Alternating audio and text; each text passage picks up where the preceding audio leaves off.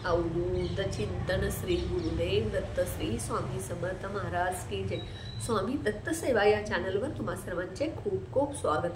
तुम्हा सर्वांचं आरोग्य उत्तमाचं राहू दे, राहिलेलं आयुष्य आरोग्यदायी होऊ दे, तुम्हा सगळ्यांना दीर्घायुष्य मिळू दे अशी मी स्वामीचरणी प्रार्थना करते आणि माझ्या व्हिडिओला सुरुवात करते। 14 तारखेला दत्त जयंती की 15 तारखेला दत्त जयंती असा प्रत्येकाचा प्रश्न होता, पण काही ठिकाणी 14 तारखेला म्हणजे आज 4:49 पौर्णिमा लागली, त्यामुळे बऱ्याच ठिकाणी दत्त जयंती आज साजरी केली। नरसोबाच्या वाडीमध्ये अशा ठिकाणी आज केले। आमच्या इथे शिरोळमध्ये भोजन पात्र आहे, दत्त महाराज जिथे भोजन केले तिथं भोजन पात्र आहे। इथे आमच्या इथे उद्या 12 वाजता दत्त जयंती, म्हणजे उद्याची दत्त जयंती केंद्रानुसार वगैरे आहे। तर ज्याचा गुरुबळ कमकुवत आहे, म्हणजे काय, गुरुबळ कमकुवत असेल तर मुलांच्या शिक्षणात अडचणी येणे, लग्नात अडचणी येणे, वारंवार त्यांच्या आयुष्यात अडचणी येणे, कुणाचंही मुलं असू देत मुली असू देत, तुम्ही असाल, कुणाचंही गुरुबळ जर कमकुवत असेल तर आयुष्यात अडचणी येतच। आणि गुरुबळ स्ट्रॉंग करण्यासाठी उद्या आपल्याला काही वस्तू दान करायच्या आहेत। ह्या वस्तू कुठल्या स्वरूपात आणि कुणाला दान करायचं बघा। वस्तू ज्या आहेत त्या पिवळ्या असाव्यात, कारण दत्त महाराजांना पिवळा कलर खूप प्रिय आहे आणि म्हणून तुम्ही उद्या दत्त जयंतीचं पिवळं वस्तू, पिवळे अन्न दान करायचं। सगळ्यात पहिल्यांदा अनाथ आश्रम, वृद्धाश्रम, फुटपाथवरची जी लोक असतात ज्यांना काहीच वस्तू खायला मिळत नाहीत अशा लोकांना दान करा, कारण ते दान केलेलं तुम्हाला त्याचं फळ मिळेल। कारण ज्याला गरज नाही त्याला तुम्ही दान केला तर त्याला त्याची किंमत नसते।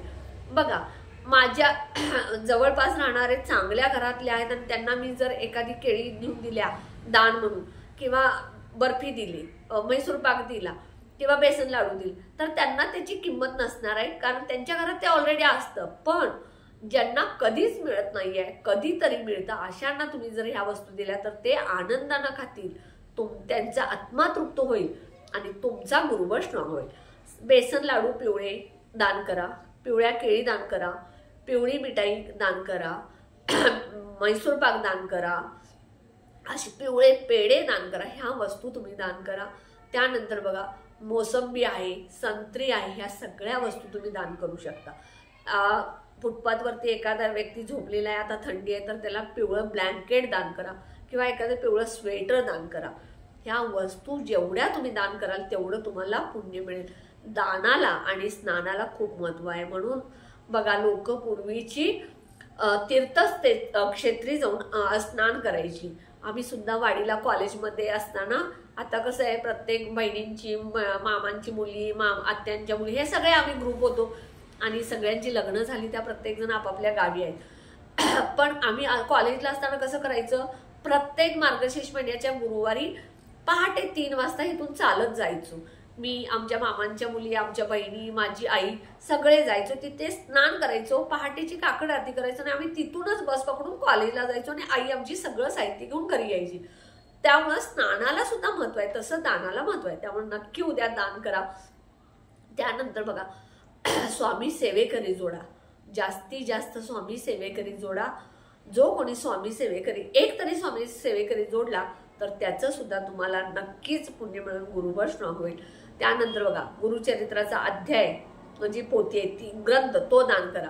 14वा अध्यायचा ग्रंथ दान करा, 18वा अध्यायचा ग्रंथ दान करा, स्वामी चरित्र सारामृत दान करा, दुर्गा सप्तशतीचा पाठ दान करा, किंवा मल्हारी सप्तशतीची पोथी दान करा।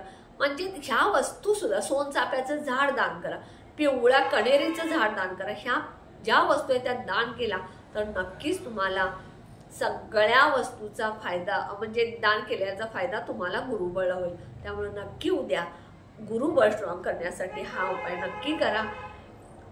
दान करत असताना निस्वार्थीपणानं करा, कुठलाही स्वार्थ ठेवून करू नका। सेवेकरी जोडल्यानंतर एका तर सेवेकऱ्याचं दुःख दूर झालं तर नक्कीच स्वामी समर्थ महाराज तुम्हाला आशीर्वाद देतील। कसं आहे बघा, एखाद्याला खूप कष्ट असतं, दुःख असतं, वारंवार घरात अडचणी असतात, त्याला तुम्ही केंद्रात न्या, त्याला सेवेला जोडा, तो त्या सेवेत रमला की त्याची दुःख कमी होतील, तसं महाराज तुम्हाला आशीर्वाद देतील, म्हणून तुम्ही हे करा। त्यानंतर बघा, ज्याला गरज आहे त्यालाच दान करायचं आहे, कुणालाही दान केला तर त्याचा फायदा होणार नाहीये। जेवढे जास्त सेवेकरी जोडाल तेवढं तुम्हाला त्याचा फायदा आहे। आणि निस्वार्थीपणाने तुम्ही सुद्धा गुरुचरित्र म्हणा, सारा अमृत, स्वामींची सेवा, दत्त महाराजांची सेवा हे करा. कारण निस्वार्थीपणानं जर तुम्ही सेवा केल्या तर निश्चितच त्याचं फळ मिळतं. कुठलीही अपेक्षा ठेवून कुठल्याही ग्रंथ पोथी वाचू नका. जे स्वामींची सेवा करतात त्यावेळेला तुम्ही म्हणा, स्वामी समर्थ महाराज तुमच्या चरणाजवळ आम्ही आलेलो आहे आणि तुम्हाला आमचं सगळं दुःख, संकट, सुख सगळं दिसतं. त्यामुळे तुम्हीच आम्हाला ह्यातनं सगळे मार्ग दाखवायचे आणि सगळं तुम्ही द्यायचंय. तुम्ही देणारे आहात आणि आम्ही द्याल त्यात समाधान मानणारे आहोत.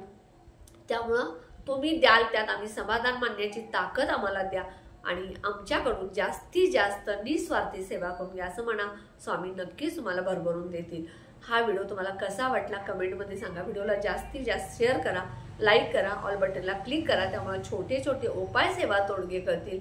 आणि दत्त जयंतीच्या सगळ्यांना शुभेच्छा. दान करून तुम्ही पुण्यपत्रात पाडून घ्या. अडचणी सगळ्यांच्या दूर करा. जे कोणी माझा व्हिडिओ नवीन बघत असतील त्यांनी माझ्या व्हिडिओला जास्तीत जास्त सबस्क्राईब करा. श्री स्वामी समर्थ.